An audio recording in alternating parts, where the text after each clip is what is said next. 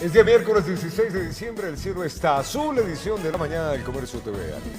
Así es, muy buenos días con todos ustedes, amigos televidentes. Gracias por estar en nuestra sintonía, aquí muy atentos a la información que se genera en el Comercio TV. Una hora política tenemos con mucha y variadísima información. Muy bien, vamos a empezar entonces, ¿le parece? Por favor. Y es que la posibilidad de que la Corte Constitucional resuelva el supuesto conflicto de competencias entre el Consejo Nacional Electoral y el Tribunal Contencioso Electoral es una incógnita. El constitucionalista Rafael Ollarte argumenta que eso complicará la situación. Carlos Aguinaga, expresidente del Tribunal Contencioso, va por la misma línea. Por varias ocasiones la pelota estaba saltando de la cancha del Consejo Nacional Electoral a la del Tribunal Contencioso Electoral y finalmente esta va a parar a la de la Corte Constitucional, tras la resolución de la mayoría del máximo organismo electoral.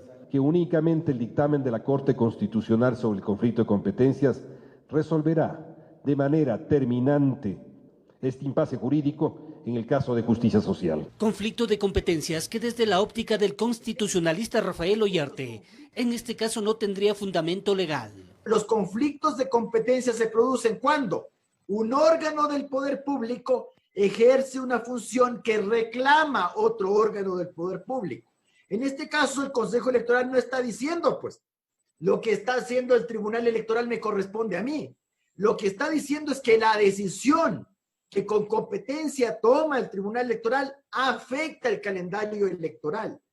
Todo esto a la larga es pasarle la bola un rato a la Corte Constitucional. Dando paso a un camino sinuoso donde la Corte podría inadmitir el pedido. Pero ya habrá pasado 1 o 2 semanas, empeorando más aún la situación del calendario electoral. La segunda, que la Corte te admita al trámite y tome una decisión. ¿En cuánto tiempo? ¿1 mes? Porque a lo sumo, si nos apuramos, esta cosa se puede ir 1 mes. Y bueno, ¿qué tal si la Corte le da la razón al Consejo Electoral? ¿Cuándo va a poder imprimir papeletas recién el Consejo Electoral? Carlos Aguinaga, expresidente del entonces Tribunal Supremo Electoral, no descarta que con esto la pretendida candidatura a la presidencia de Álvaro Noboa quede en el camino, porque el tiempo está en su contra. Con esto, chao. O sea, con esto no hay ninguna alternativa ni posibilidad, y justamente esto está generado por el sistema de medios de impugnación que tenemos, por la fragilidad en cuanto a los contenidos de las sentencias. Cree que no era necesario acudir a la Corte y se debió dar cumplimiento a la resolución del Tribunal Contencioso, pero no en su totalidad. Tiene unos errores de fondo gravísimos. No puede una sentencia ordenarle a una autoridad administrativa que ponga unos plazos distintos a los que están en la ley. Informó Héctor Romero. Y a través de un comunicado, la Fiscalía General del Estado confirmó que hizo una consulta a la Corte Nacional de Justicia sobre si es procedente iniciar una investigación previa contra las máximas autoridades del CNE por hechos que recaen en el ejercicio de sus funciones y en medio del proceso electoral que se desarrolla en el país.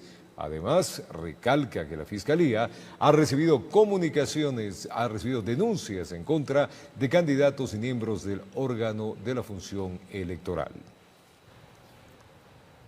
Y el calendario electoral podría llegar a modificarse del Movimiento Justicia Social. El vicepresidente del Consejo Nacional Electoral, Enrique Pita, sugiere postergar la primera vuelta. El proceso de los comicios generales parece haber entrado en un limbo jurídico, electoral y constitucional. En el despacho del vicepresidente Enrique Pita se analizan varios escenarios y en esa lectura dice que lo más probable es la modificación de la fecha de la primera vuelta electoral. Que podría ser en 7 días o 14 días, dependiendo de la celeridad de la Corte Constitucional y cómo se pronuncie esto. Y la Corte Constitucional no tiene un plazo para pronunciarse sobre el requerimiento del CNE frente a la decisión del contencioso electoral sobre justicia social, la plataforma por la cual Álvaro Noboa busca llegar a la presidencia.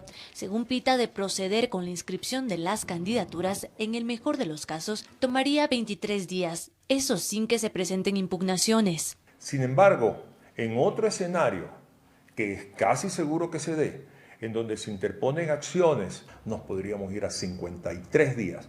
Eso implica que nos montamos ya en la fecha de la primera vuelta electoral. Retrasar la primera vuelta implicaría no solamente la fecha del 7 de febrero, sino otras, explica el analista electoral Esteban Ron. y esta reconvocatoria, por así decirlo, puede atraer afectación de otros derechos y en general derechos de participación política.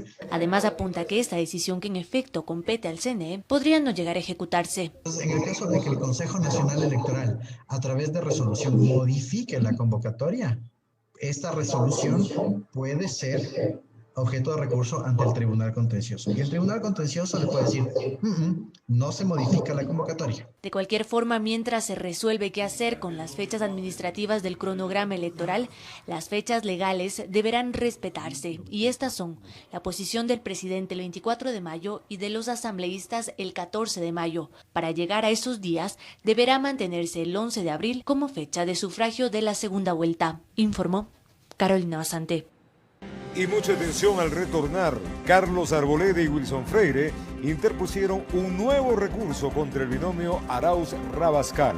Esto y más te contamos al retornar en la emisión de la mañana del Comercio TV en Televicentro. Ya venimos.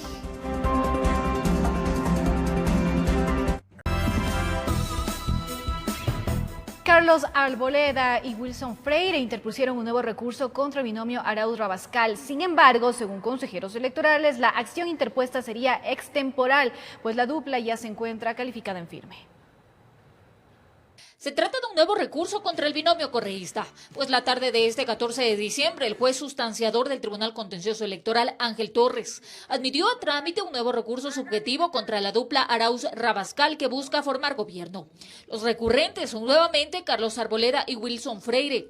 Y es que a través de este documento, el Tribunal Contencioso dispone al Consejo Nacional Electoral remitir las copias certificadas de las resoluciones adoptadas por el Pleno sobre la denominada Unión por la Esperanza, que ya se encuentra con calificación en firme y lista para participar en los comicios. Esto luego de que el CNE desechó un recurso presentado contra la fórmula. Y sí, una vez que el binomio ya fue calificado en firme por el CNE, los sujetos políticos tenían un plazo máximo a partir de esa notificación para interponer un recurso. Ahora tendrá que determinar el Tribunal Contencioso mediante sentencia si la acción está o no dentro de los plazos. Tenían 2 días para presentar cualquier recurso. Si es que no lo hicieron ya y lo hacen recién, estaría fuera de tiempo, ¿no? José Cabrera, consejero del CNE, afirma que al momento es prácticamente imposible hacer algo contra la dupla. Ha pasado todos los procesos, se encuentra en firme y en este momento ya no cabría ningún recurso. De su lado, Fausto Camacho, ex consejero del CNE, frente al tema, tiene su propia lectura. Sin embargo, me parece impertinente, una vez que ya les fuera negado un recurso anterior, insistir en la actualidad con un nuevo recurso, pero habrán logrado el deslegitimar un poco más al proceso electoral. Informó Marilyn Jaramillo. Con 127 votos a favor, la Asamblea Nacional aprobó la ley anticorrupción que reforma el Código Integral Penal. La norma incorpora nuevos delitos en esta materia y establece legislación para sancionar a la corrupción en el ámbito privado. Veamos.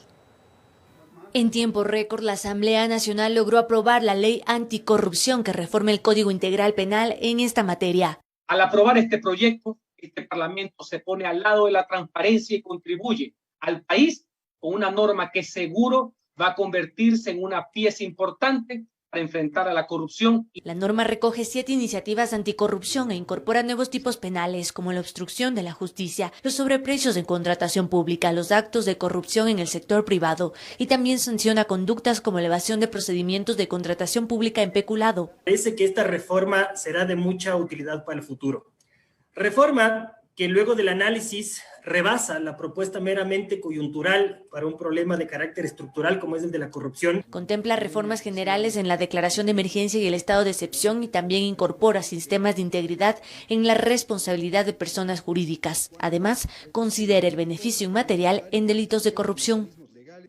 Se entenderá como beneficio inmaterial a todo aquel beneficio, ventaja intangible que, por su naturaleza, al no ser un valor económico material cuantificable, no es susceptible de valoración alguna. La aprobación de esta ley urgía al gobierno, pues es una de las metas acordadas con el Fondo Monetario Internacional. Y con esto pues se viabilizaría el desembolso de 2.000 millones. El directorio del fondo es quien aprueba el desembolso Este directorio se va a realizar el día 21 de este mes para que se haga el desembolso que tendrá lugar en los siguientes días. La aprobada ley anticorrupción pasará al Ejecutivo para su respectiva sanción o veto. Para esto, el presidente de la República tiene 30 días. Evacuada la norma, la Asamblea Nacional se acogerá al receso legislativo, que se extenderá desde el 16 hasta el 31 de diciembre. Informó Carolina Basante. Continuamos con más información y les contamos que el gobierno lanzó una estrategia nacional para combatir la desnutrición infantil que incluye 4 ejes que garantizarán el acceso a servicios prioritarios y a una adecuada alimentación. Una de las actividades que cumplió el presidente Lenín Moreno en el Palacio de Carondelet fue la firma de un decreto que declara la Estrategia Nacional contra la Desnutrición Infantil. Las cifras no son alentadoras. Según la Comisión para América Latina y el Caribe CEPALE, Ecuador se ubica como el segundo país con la tasa más alta de desnutrición. El nuevo decreto presidencial es ese precisamente. Es el momento de cumplirlo y hacerlo cumplir. La estrategia arranca desde la concepción misma hasta que por lo menos los niños tengan 5 años de vida. Esta etapa es determinante para su futuro. La vicepresidenta María Alejandra Muñoz explicó que la estrategia cuenta con 4 ejes para evitar que los indicadores incrementen. Un paquete de servicios, presupuesto, medición de resultados y seguimiento de salud. 20 semanas, señor presidente, con la suma de voluntades dejaremos al país un compendio con rigurosidad científica de lo que debe ocurrir en gobernanza para que en el 2030 Ecuador esté libre de desnutrición crónica infantil. Posterior a esta actividad, el primer mandatario mantuvo un encuentro con representantes del consorcio Solar Pack, firma que asumirá la concesión del nuevo proyecto fotovoltaico El Aromo, ubicado en Manabí. Se localizará junto al espacio que fue adecintado para el proyecto fallido de la refinería del Pacífico. Estos son inversionistas privados, ellos corren con todo el riesgo, el Estado no pone absolutamente un solo centavo, ese es su riesgo, ellos son los responsables de la construcción, puesta en marcha. El proyecto solar generará 200 megavatios, la inversión es de alrededor de $150 millones y en un proceso de 18 meses iniciará la construcción. La concesión es a 20 años, luego de lo cual el proyecto se revierte al Estado ecuatoriano en su totalidad y sin costo alguno. La adjudicación se marca en el proceso de licitación que lanzó el Ministerio del Ramo. Informó Priscila Cadena. 7:18 de la mañana, vamos a conversar a esta hora en vivo con el vicepresidente de la Asamblea Nacional. Vamos a saludarle a Patricio Donoso. Señor vicepresidente, buenos días. Desde la matriz de Televicentro, Roberto Álvarez Vanderberg le saluda. ¿Cómo estamos, señor vicepresidente? Muchísimas gracias por este contacto, esta entrevista, estimado Roberto, y por supuesto un verdadero gusto conversar a través de TVC. Vamos a entrar a materia. Ayer la Asamblea aprobó el proyecto de la ley orgánica reformatoria al Código Integral Penal en materia de anticorrupción, ¿no? ¿Cuáles son los principales aspectos, señor vicepresidente, de esta reforma? Hicimos bien en aprobar este cuerpo legal. Y no solamente, Roberto, porque es un condicionamiento del Fondo Monetario Internacional. Bueno, está bien. Si usted se acerca a cualquier banco a pedir prestado dinero, con seguridad le van a poner un par de condiciones. Sin duda. Le van a decir en qué va a gastar la plata, cuál es su flujo de caja, en qué trabaja usted, cómo nos va a pagar. Es evidente, de modo que aquellos que se quejan, pues vayan a un banco y vean cómo les ponen condiciones. El Ecuador va a recibir en estos días $2.000 millones, lo cual está muy bien, pero más allá de esa condicionante, es un requerimiento de los ecuatorianos, es luchar contra los corruptos y la corrupción. Y por eso es que ayer se aprobaron temas importantes. Por ejemplo, se estableció que cuando se hagan pingües negocios a través de la suscripción de contratos con sobreprecio en época de emergencia, en estados de emergencia, pues, y yo lo planteé así, y gracias por acogérmelo, el tema de que sea un agravante cuando en estado de emergencia se hacen esos negociados, porque es típico. En la sierra hay una erupción de un volcán, hay sequías en el campo, luego vienen las inundaciones, o hay un terremoto, hablemos claro, Roberto, se hace la declaratoria de estado de emergencia y allí comienzan los negociados. Y lo que es más grave todavía, vienen los famosos contratos complementarios, donde a la velocidad, breve, como decimos los quiteños, se hacen contratos multimillonarios con unos sobreprecios descomunales. Y por supuesto, allí está el robo. Ayer se aprobó que las penas sean mayores cuando esto ocurra como un agravante. También se aprobó que la obstrucción de la justicia, es decir, amenazas, intimidación a los testigos, a los testimonios en general, también sean un agravante. Otra cosa que se aprobó y yo lo solicité es que, de hecho, se castigue también a los funcionarios públicos que obedecen órdenes, que a pretexto de obedecer órdenes se han cometido actos de corrupción. Porque es muy común el que un funcionario diga, a mí me ordenó mi jefe. No, señor, tienen que también ser castigados aquellos, no solamente como cómplices, sino como autores de los delitos que tratamos de evitar. Antes de que se haga metástasis del cáncer, hay que evitar que se cometan estos casos de corrupción. Por lo tanto, los que reciben órdenes también son culpables. Otra cosa que logré yo incorporar es que no solamente se prohíba de por vida ser funcionarios públicos aquellos pillastres, sino que no puedan contratar con el Estado, porque es muy común que se mueven a otra personería jurídica, otra empresa, vamos, y siguen firmando contratos con el Estado porque tienen muchísima experiencia. Son cosas importantes que lo logramos. Y por supuesto, la garantía de la protección del denunciante. Porque en este país, al que denuncia es al que le cae la ley y le caen los pillastres. Hay que proteger, por supuesto, al denunciante a fin de que pueda denunciar toda la corruptela que evidentemente nos golpea. ¿Cómo quedan los actos de corrupción en el sector privado, señor vicepresidente? Se castiga también, y con fuerza, el delito de elusión en todos los procesos contractuales y sobre todo precontractuales, van de 6 meses a 20 años. Por lo tanto, si hay funcionarios corruptos, pero también hay empresarios que han caído en esas malas prácticas. Por lo tanto, se incorporó lo que se denomina el delito de los empresarios públicos o del sector privado. De tal manera que yo logré esta última parte, Roberto, y lo digo con orgullo, logré que se cambiara la palabra disolución por extinción de la personería jurídica de aquellos malos empresarios. Sin duda, beneficios de esta reforma es al 100% para el país, señor vicepresidente.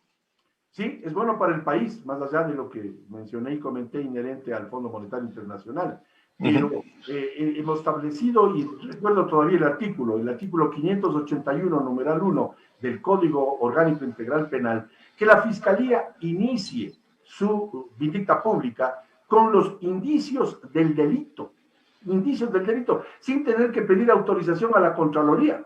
No nos olvidemos, Roberto, que todos los funcionarios públicos hacemos declaraciones patrimoniales, tanto al inicio de la gestión como al final de la gestión. Y yo me preguntaba, ¿para qué esas declaraciones patrimoniales que se hacen de notario público, juramentadas, y se entregan ya en la Contraloría, si al final solamente van a engrosar los archivos de la Contraloría? Hay que echar mano de esas declaraciones juramentadas, precisamente para que la Fiscalía, analizando el crecimiento abrupto de un patrimonio, pueda, cuando hay indicios de delito, de acuerdo al 581, numeral 1, iniciar la vindicta pública, la investigación fiscal. Si bien es cierto esto, señor vicepresidente, se lo hace rápidamente, quedan pendientes algunos, y aquí vamos a ir hablando de esto. La Asamblea se acoge ya a su segundo ciclo de descanso de este año de 15 días, y aquí hay algunos interrogantes. La ausencia pues se extenderá para 237, pero hay 41 asambleístas que van a campaña electoral. Esta reducción es del 30%, y aquí llama la atención, y también un poco para que nos explique, qué impacto va a tener con la directiva y las comisiones especializadas. ¿Esto no va a complicar por el resto de proyectos y leyes que se deberán tratar y también aprobar en un tiempo récord? No debería, porque esto ocurre, Roberto, cada 4 años. Y la última vez y la penúltima fue aún mayor el número de legisladores que optaban por la reelección. Yo mismo no puedo ser reelegido esta vez, y ya soy 8 años legislador. La consulta popular del 4 de febrero del 2018 estableció que solamente hay una reelección. Por lo tanto, esto ocurre siempre cada 4 años. Para eso existen alternos. Hoy se puede explicar con mayor fuerza la existencia de alternos que deben estar a la pata de los temas precisamente porque deben cubrir a sus principales. Eso es verdad. Segundo, hay algunos que critican que exista el receso legislativo. Y existe porque así dice la Constitución. Pues, yo no sé de la Constitución. Artículo 123 de la Constitución menciona textualmente que habrán 2 recesos legislativos al año de 15 días cada uno. Lo que hizo el CAL es simplemente fijar la fecha porque no quedaba más que la última quincena de diciembre de este año 2020. Por lo tanto, ese receso está en el artículo 123 de la Constitución y en derecho público solo se puede hacer lo que está escrito. Ahora bien, tenemos que suplir la falta de algunos principales y deberemos acometer muchísimos temas en enero, como por ejemplo la reforma al Código del Trabajo. Mi estimado Roberto, el Código del Trabajo data de 1938, 82 años que no ha tenido sino solo pálidas reformas. Ya es hora de hacer una reforma profunda que establezca, por ejemplo, el trabajo por horas. ¿Por qué no? Para que los muchachos no se vean obligados a abandonar sus estudios, para que puedan estudiar, prepararse, cultivarse, a la par de ganar algo de dinero para su familia. Vea usted, Roberto, cualquier periódico antes de la pandemia, y habían artículos o anuncios que decían se necesita tal persona, máximo 30 años de edad, mínimo 10 años de experiencia. Correcto. Y no lo es. Por lo tanto, el trabajo por horas le podría dar a aquel joven dinero, segundo, dignidad, y tercero, la experiencia que le va a ser requerida años más tarde. Esa ley tiene que ser abocada por la legislatura. Señor vicepresidente, de acuerdo, pero ahí hay 2 casos que le voy a mencionar. El CAL es el organismo que se encarga de calificar justamente los proyectos de ley o juicios políticos y no se puede actuar sin quórum. O sea, el problema es que ahí salen algunos del CAL y no pueden ser reemplazados. Así es. La Constitución la ¿Qué se va a hacer? Claro, la Constitución la redactaron los señores de Montecristi. Ellos pusieron aquello de que los vocales del CAL no tenemos alternos. Ellos pusieron, no nosotros. Entonces, que nos expliquen el por qué lo hicieron, primera cosa. Segunda, los proyectos ya están calificados. Proyectos de reformas al Código del Trabajo, me parece que hay 5 o 6, uno inclusive mío, ya están calificados. Por lo tanto, no veo problema en ese esquema. Tal vez algún problema tengamos en el tema administrativo, en el sentido de que el CAL es el Consejo de Administración de la Agricultura. Ahí deberemos echar mano de los funcionarios públicos que hacen los seguimientos de orden administrativo, en enero me refiero, para que el trabajo siga adelante. Pero por supuesto no existen alternos y en ese sentido su lectura es la correcta, mi estimado Roberto. Señor vicepresidente, hablemos del tema que hablaba hace un momento, del proyecto de la reforma del Código de Trabajo. Acá también estamos en cefalía, la comisión pues se quedaría ahí, porque no cuenta con un vicepresidente que reemplace al titular. Entonces, ¿cómo se hace? No, sí existe el reemplazo en las comisiones. En las comisiones existe el alterno que pueda actuar. Si el presidente no está, está el vicepresidente y cualquier miembro de la mesa legislativa puede dirigir una sesión. No hay problema en las comisiones legislativas. El problema está en el CAL, porque así lo hicieron. Pero en las comisiones no. Sí hay la posibilidad de la actuación de los alternos y, por supuesto, incluso de principales que son parte de esa mesa legislativa. ¿Y cuántos proyectos, señor vicepresidente, todavía falta por tratarse? Estamos en la recta final del gobierno, a la recta final de la gestión, ¿y en qué tiempo se lo plantea hacer? Yo creo que la reforma profunda al Código del Trabajo tiene que hacerse en el primer trimestre del año 2021. Es el último chance. Además, existen suficientes proyectos de ley. Yo he abogado por aquello. Escuché hace pocos días que el gobierno va a remitir alcance a un proyecto de ley reformatorio del Código del Trabajo. Mire, algunos sindicalistas o dirigentes sindicales, por suerte no todos, dicen que queremos precarizar el trabajo. No, señor, al revés. Lo que queremos es, manteniendo las prerrogativas de los trabajadores, el 13º sueldo a prorrata, lo mismo el 14º, vacaciones, fondos de reserva, etcétera. Pero ya es hora de que estos señores dejen de preocuparse solamente de los derechos de los trabajadores y empiecen a preocuparse de los derechos de los no trabajadores, de los 5 millones de ecuatorianos que están desempleados, subempleados o viven en informalidad, de los 82,000 jóvenes, estimado Roberto, que se incorporan al mercado laboral todos los años. Por lo tanto, ellos tienen que entender, me refiero a los dirigentes sindicales, que no queremos precarizar nada. Queremos darle al trabajador la oportunidad de que pueda conseguir un empleo digno. ¿Cómo quedamos, señor vicepresidente, en el segundo debate? Porque hay este tema que también evidentemente a la comunidad y a la opinión pública le tiene en debate, el segundo debate de las reformas constitucionales que impulsa el Comité por la Institucionalización Democrática para que la consulta popular pueda coincidir con las fechas electorales del 2021. ¿Cómo estamos con esto? Bueno, yo creo que ahí hubo un desfase en tiempo, porque esa consulta popular tiene que llevarse adelante. Y tiene que llevarse adelante porque hay 350.000 firmas de por medio. 350.000 ecuatorianos que firmaron el que el pueblo sea consultado. Por lo tanto, esa consulta tiene que darse. Ahora, en mi humilde opinión, puede darse en la primera vuelta o en la segunda, porque entrará en vigencia, a aquellas reformas me refiero, para el próximo periodo presidencial, para el próximo periodo de administración del Estado. Por lo tanto, puede darse tanto en la primera como en la segunda. Si es que en la primera no se logra, pues se logra en la segunda, y al final del día podría decirse que es inoficioso el que se lo hace o se lo haga en primera o no se lo hace. No, puede hacerse también en segunda. Y finalmente, señor vicepresidente, se acabó el año. Balance legislativo. ¿Qué usted piensa? ¿Cómo está la calificación? ¿Qué de bueno tuvo la Asamblea este año y qué de malo? De malo, los diezmeros. De malo, aquellos legisladores que están inmersos en los casos de corrupción de los hospitales. Usted recordará, Roberto, que antes la corruptela se daba en la entrega de las aduanas. No sé, sin duda. Pero últimamente ha sido a través de la entrega de hospitales. Eso es perverso.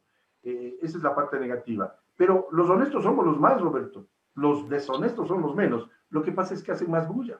Y esto lo digo en defensa de la legislatura, porque soy legislador. Fui calificado a través de 2 encuestas de Sedatos como el legislador de mejor gestión. Agradezco a la gente que así piensa. Pero eso me da a mí la calidad moral de defender a la Asamblea y decir que los corruptos, que son los menos, tienen que salir de la Asamblea. Mire, lo que hizo el diputado o el exdiputado Mendoza, el otro señor que anda por los tejados, yo qué sé, pues el señor Azuero. Esos son malos ejemplos. Ahora, la Asamblea tiene que, y se hizo una reforma a la ley orgánica, a la función legislativa, a fin de que exista un código de ética, y está trabajando bajo la presidencia de Fernando Callejas. Esa comisión tiene que castigar a los diezmeros, a los de los carnets y a quienes están inmersos en los casos de corrupción. Sin duda alguna, así tiene que ser. ¿Lo positivo? Aprobación de muchas leyes, por ejemplo, una de mi autoría, y perdóname que lo diga Roberto, aquella referente a quitar 2 perversos artículos en la ley de minería que establecían, hecho por el correísmo, que las empresas estatales, por solo serlas, no tenían que pasar por procesos licitatorios, contratos a dedo. Las empresas extranjeras, por solo serlas, no tenían que pasar por procesos licitatorios a dedo. Léase PDVSA, mi estimado Roberto, seamos francos. Y por supuesto yo logré que por unanimidad, salvo el voto de un señor que votó en blanco, no entiendo por qué todavía, se derogaran esos 2 artículos, de tal manera que las empresas mineras, ahora que viene un boom minero, son contratos multimillonarios, tengan igualdad de condiciones las empresas privadas o las estatales, las extranjeras o las nacionales. Con ello lograremos que las grandes empresas del mundo vengan a competir en igualdad de condiciones, se asegure el mejor tratamiento al medio ambiente, porque las empresas con mejor tecnología cuidan mejor el medio ambiente, sin duda alguna.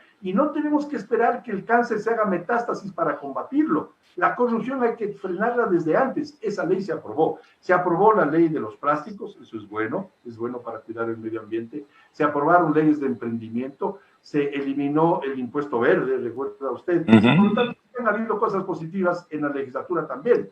Lo que pasa es que muchas veces pues, nos fijamos solamente en las negativas, que han habido, sin duda alguna. ¿Y qué le queda debiendo la legislatura al país? Yo creo que la reforma del Código del Trabajo, es que es, perdóneme que sea tan insistente, Roberto, pero es importantísimo doblar la muñeca de algunos sindicalistas que no quieren que las cosas cambien. Hay que cambiar el Código del Trabajo. Peruanos y colombianos lo hicieron y les va mejor, genera más fuentes de trabajo y empleo. Otra cosa que debemos conjugar con el gobierno, este o el que venga, son los temas inherentes a los acuerdos comerciales con los de Estados Unidos, primordialmente, y también ser parte de la Alianza del Pacífico, que nos abre un enorme mundo comercial. Yo soy el delegado como vicepresidente de la Asamblea a la parte parlamentaria con los parlamentarios de Chile, Colombia, Perú y México en la Alianza del Pacífico. He estado en Chile haciendo la presencia ecuatoriana y hace 3 días también vía telemática para que el Ecuador sea parte de la Alianza del Pacífico. Es importantísimo. Y por supuesto, no cometer el error que se cometió hace 12, 13 años de no firmar un acuerdo comercial con los Estados Unidos.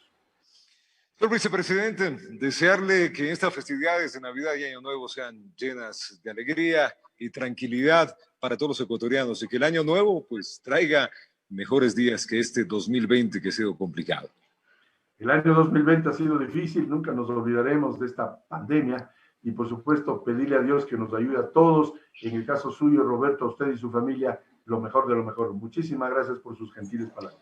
Lo propio, el vicepresidente de la Asamblea Nacional, Patricio Donoso, que estuvo conversando con nosotros varios temas de actualidad y sobre todo pues los balances que se tienen en la parte final del año. Es tiempo de una pausa, ya venimos.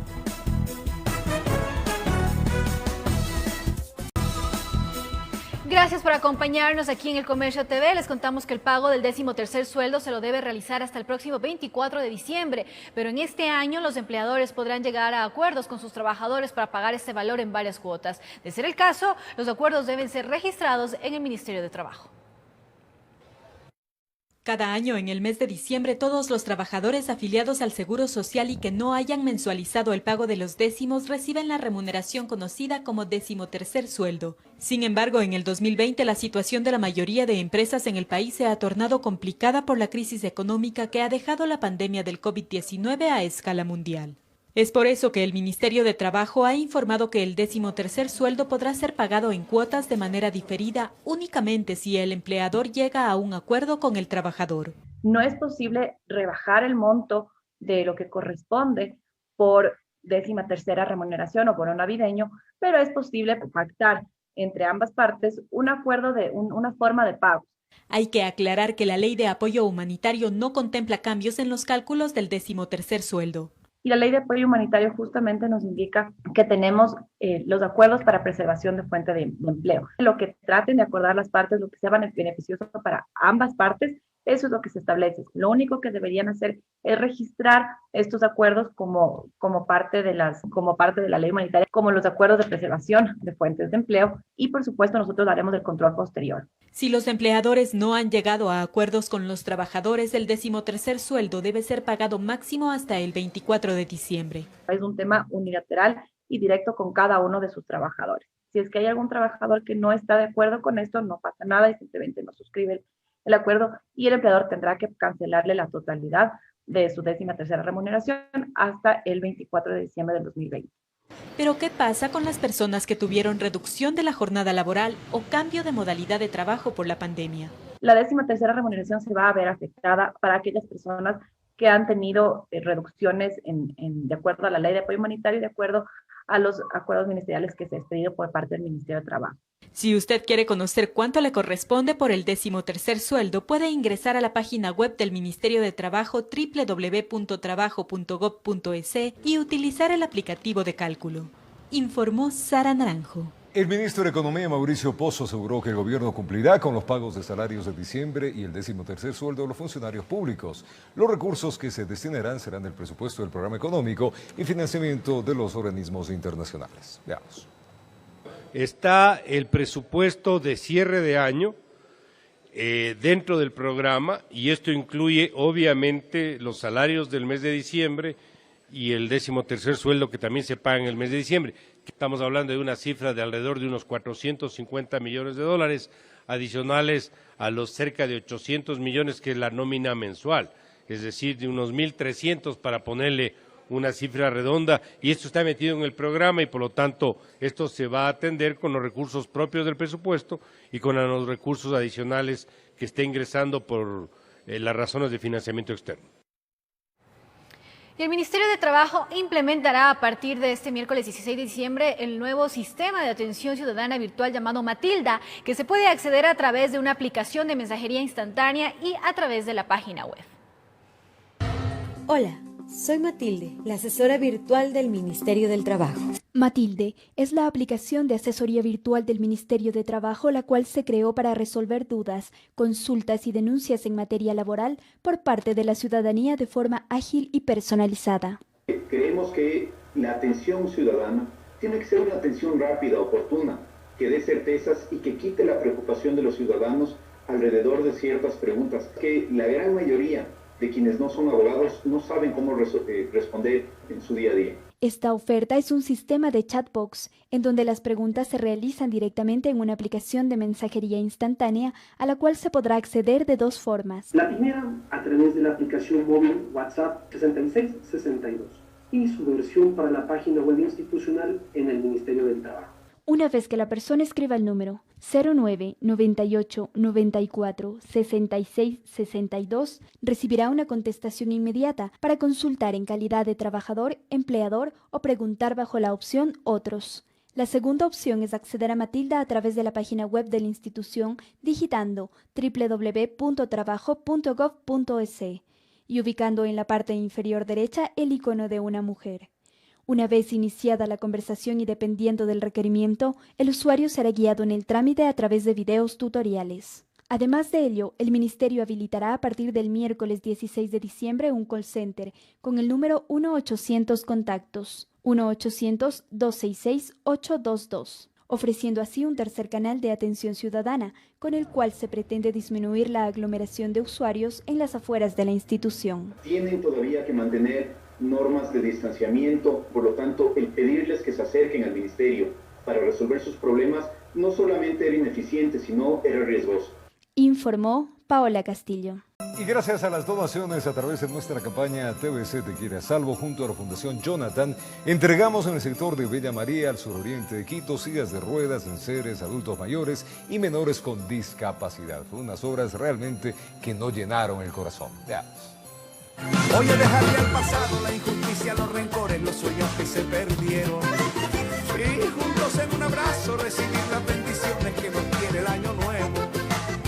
Son los más débiles, los más vulnerables y los más olvidados. Solo se tienen el uno al otro y con el sello de un abrazo se dan ánimos para salir adelante frente a las duras condiciones en las que viven. En un espacio improvisado al pie de la montaña sin servicios básicos, esta pareja de la tercera edad lucha por sobrevivir. Ya la edad ya no avanzo ni a trabajar nada, aquí vivimos. Y mi marido tiene 89 años, con esa enfermedad ya no puede ni caminar, nada, no tengo para remedios. Un amor que prevalece en medio de momentos difíciles. Manuel padece de cáncer de próstata y su esposa Indalisa, por la edad, tiene dolores en las articulaciones. Y no podíamos ser ajenos a esta realidad. Y sí, llegamos con enseres y alimentos gracias a las donaciones a través de la campaña TVC Te Quiere a Salvo y de la Fundación Jonathan. Diosito mismo ha de haber mandado a nosotros. Dios le pague, señorita, yo le agradezco bastante. Dios le pague, señorita, Dios le pague, mi señor. En el mismo sector de la Bella María, al suroriente de Quito, son muchas las necesidades. Pero gracias a los aportes de usted, amigo televidente, logramos entregar 2 sillas de ruedas que son un alivio para 2 mamitas, que cuidan a sus hijos, uno de 2 años con derrame cerebral y otra pequeña con parálisis cerebral. Me ayudó con una sillita de rueda y con eso puedo yo poder movilizar poco a poco con mi hijo. Es mi vida, aunque le ven así, pero es el ánimo que me da para seguir adelante. Nada de esto sería posible sin la ayuda de la comunidad y de la empresa privada. Si desea colaborar puede comunicarse al número 0999 71 30 78 o realizar un aporte económico a la cuenta corriente del Banco del Pichincha 32 67 96 82 04 RUC 17 92 00 55 74 001. E invitarles a contribuir con donaciones de alimentos no perecibles, pañales, pueden donar ropa en buen estado, enseres de casa. De esta manera seguiremos recorriendo los barrios para ayudar a quienes más lo necesitan. ¡Un aplauso al TVC! Informó Priscila Cadena. Y el aplauso es para ustedes, sin duda, el aplauso es para ustedes porque hacen posible que los sueños sean realidad. Esas donaciones que llegan día a día, pues nos llenan de amor, de orgullo, de poder ir entregando los que más se necesitan, mi querida Ale. Por eso realmente seguimos tocando el corazoncito de todos ustedes, amigos televidentes, de las empresas privadas, para que hagan sus donaciones y poder seguir llegando a más y a más gente y regalarles una sonrisa, un momento de felicidad en esta época de Navidad. Ahí está en pantalla para que usted, por favor, sea parte también de esta campaña, con lo que tenga, ropita en buen estado, si puede dar un dolarito, ponga ese dolarito también, los alimentos no perecibles, en fin, todo lo que uno necesita para que muchas familias, miles de familias en esta ciudad tengan una Navidad digna, mi querido. Cualquier aporte que usted haga, créame que es un montón para poder llegar a estas personas y sobre todo la satisfacción que usted tendrá de haber ayudado y entregarles esta felicidad a todos ellos. Ahí vemos en las imágenes muy agradecidos, ¿no? Y sí, es que hay que tratar de ayudar en esta época tan difícil y también en Navidad, tratar de ayudarlos a salir adelante. Es épocas de dar, más no esperar recibir. Demos un poco más a los que tienen la necesidad de variadas cosas, sobre todo de tener dignidad.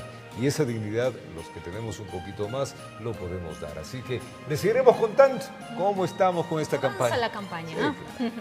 Muy bien, en este momento nos vamos ya a un corte comercial, pero ya regresamos.